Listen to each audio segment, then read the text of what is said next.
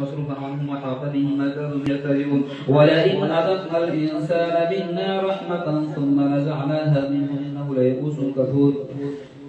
ولئن أذقناه نعماء بعد ضراء مسته ليقولن ذهب السيئات عني إنه لفرح غفور. إلا الذين صبروا وعملوا الصالحات أولئك لهم مغفرة وأجر كبير. فلعلك تارك بعض ما يوحى إليك وضائق من صدرك أن يقولوا لولا أنزل عليه كنز أو جاء معه ملك إنما أنت نذير والله على كل شيء وكيل. أم يقولون افتراه قل فأتوا بعشر سور مثله مفتريات وادعوا من استطعتم من دون الله إن كنتم صادقين.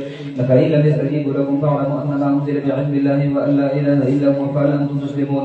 من كان يريد الحياة الدنيا وزينتها نوفي إليهم أعمالهم فيها وهم فيها لا يبخسون. أولئك الذين ليس لهم في الآخرة إلا النار وحبط ما صنعوا فيها وباطل ما كانوا يعملون. أفمن كان على بينة من ربه ويتلوه شاهد منه ومن قبله كتاب موسى إمام ورحمة أولئك يؤمنون به ومن يكفر به من الأحزاب فالنار موعدهم فلا تك في مرية منه إنه الحق من ربك ولكن أكثر الناس لا يؤمنون. ومن أظلم ممن افترى على الله كذبا أولئك يعرضون على ربهم ويقول الأشهاد هؤلاء الذين كذبوا على ربهم ألا لعنة الله على الظالمين الذين يصدون عن سبيل الله ويبغونها عوجا وهم بالآخرة هم كافرون. أولئك لم يكونوا معجزين في الأرض وما كان لهم من دون الله من أولياء يضاعف لهم العذاب ما كانوا يستطيعون السمع وما كانوا يبصرون. أولئك الذين خسروا أنفسهم وضل عنهم ما كانوا يفترون. لا يرى أنهم بالآخرة هم الأخسرون. إن الذين آمنوا وعملوا الصالحات مغفرة إلى ربهم